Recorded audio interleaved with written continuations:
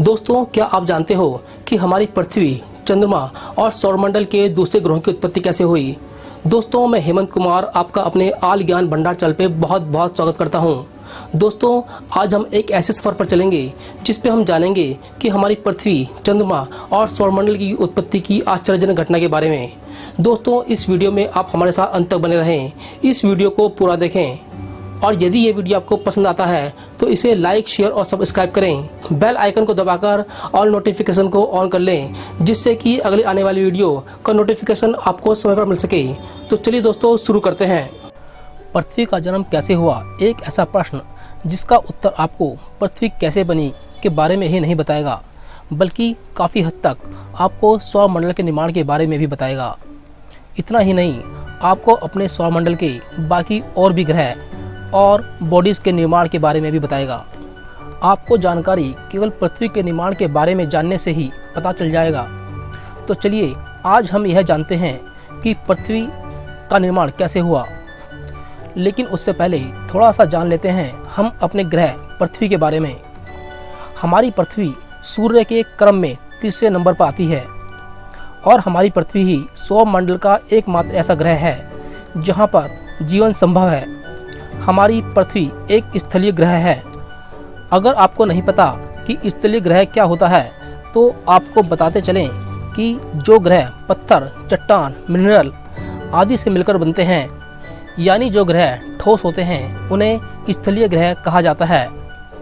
जैसे हमारा मंगल ग्रह, बुध ग्रह, शुक्र ग्रह और हमारी पृथ्वी, ठीक उसी तरह कुछ गैसीय ग्रह भी होते हैं जो अधिकतम गैस से बने होते हैं, जैसे बृहस्पति, अरुण, वरुण। हमारी पृथ्वी सौरमंडल के सबसे ज़्यादा घनत्व वाला ग्रह है। इसके साथ ही पृथ्वी 6371 किलोमीटर के साथ सौरमंडल का सबसे बड़ा स्थलीय ग्रह भी है। तो चलिए, इतना जानने के बाद जानते हैं कि अपनी पृथ्वी कैसे पैदा हुई। हमारा ब्रह्मांड तो 13 से 14 अरब साल पुराना है, लेकिन हमारी पृथ्वी और उसी के साथ ही हमारे सौरमंडल का निर्माण ब्रह्मांड के बनने के बहुत बाद में शुरू हुआ। आज से 4.6 अरब साल पहले धूलकण और गैस के ठंडे बादल, जिसे निहारिका कहते हैं, आपस में गुरुत्वाकर्षण बल के कारण जुड़कर पृथ्वी का निर्माण हुआ। इसी सोलर नेबुला के बीच में सूर्य का भी निर्माण हुआ, बिल्कुल उसी तरह जैसे किसी तारे की उत्पत्ति होती है।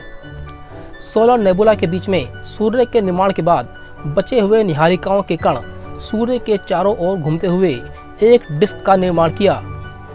इस डिस्क में घूमते हुए छोटे छोटे पार्टिकल ग्रेविटी के कारण आपस में जुड़कर बड़े पार्टिकल बनाने लगे।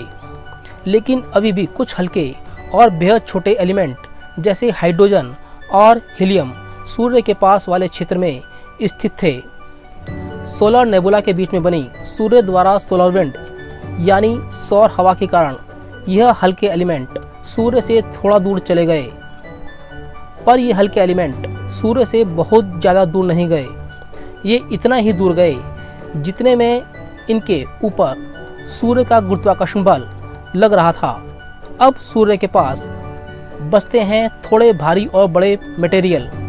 दोस्तों, इन भारी मटेरियल ने ही स्थलीय ग्रहों का निर्माण किया। यह बड़े मटेरियल आपस में ग्रेविटी द्वारा जुड़ना शुरू हो गए। जो एलिमेंट्स बहुत ज़्यादा भारी थे, उन्होंने सबसे पहले आपस में जुड़कर स्थलीय ग्रह का कोर बनाया, जैसे शुक्र, पृथ्वी, मंगल, बुध। इन्हें टेरेस्ट्रियल प्लैनेट कहा जाता है। जब इन टेरेस्ट्रियल प्लैनेट के कोर बन गए, फिर इस कोर के ऊपर कोर के मटेरियल से कम भारी मटेरियल कोर के ऊपर ग्रेविटी के कारण आपस में जुड़ते चले गए। भारी मटेरियल कोर की तरफ जाते गए और हल्के मटेरियल ऊपर आते गए और बनी क्रस्ट की लेयर, और इस प्रकार 4 बड़े स्थलीय गोल पिंडों का निर्माण हुआ। नए नए बने सौरमंडल में छोटे छोटे पार्टिकल्स इन 4 बड़े पिंडों से टकराते गए और बन गए बुध, शुक्र, पृथ्वी और मंगल जैसे स्थलीय ग्रह। लेकिन यहाँ हम धरती के जन्म की बात करेंगे, इसलिए बाकी के ग्रह की उत्पत्ति की बात हम नहीं करते, सीधे पृथ्वी पर ही आते हैं। दोस्तों, पृथ्वी बहुत ही विशेष क्षेत्र में स्थित है। अब यहाँ तक आप पृथ्वी के ढांचे के निर्माण को तो समझ ही गए होंगे। निरंतर पिंडों के टकराव के बाद एक समय ऐसा आया जब धरती से मटेरियल का टकराव बंद हो गया। नई नई बनी पृथ्वी काफी गर्म थी। धीरे धीरे समय बीतने के साथ पृथ्वी ठंडी होनी शुरू हो गई। पृथ्वी ने ग्रेविटी से कुछ गैसेस को अपनी ओर आकर्षित कर धरती के बाहर लेयर का निर्माण किया और ज्वालामुखियों का निर्माण हुआ। और इन्हीं ज्वालामुखी से निकलने वाले गैस ने पृथ्वी के वातावरण को बनाया। पृथ्वी से टकराने वाले ठंडे जमी हुई बर्फ के पिंड और चट्टान ने पृथ्वी की सतह पर पानी के अस्तित्व को लाया, जो कि सौरमंडल के बाहर से आए थे। लेकिन पृथ्वी की सूर्य से दूरी वाला क्षेत्र बेहद विशेष क्षेत्र रहा, जहां हीट इतनी संतुलित मात्रा में थी जिससे कि पानी न तो बर्फ की अवस्था में रहा और ना ही भाप की अवस्था में, बल्कि लिक्विड स्टेट में रहा। इस विशेष क्षेत्र को जहां पृथ्वी स्थित है उसे गोल्डीलॉक जोन या हैबिटेबल जोन कहते हैं। पृथ्वी के इसी विशेष क्षेत्र में होने के कारण ही पृथ्वी पर पानी का होना संभव हो पाया और इसी पानी से पृथ्वी पर जीवन की शुरुआत हुई। दोस्तों, ऐसा माना जाता है कि शुरुआती दिनों में पृथ्वी से मंगल के आकार का एक ग्रह टकराया था जिसका नाम थिया था।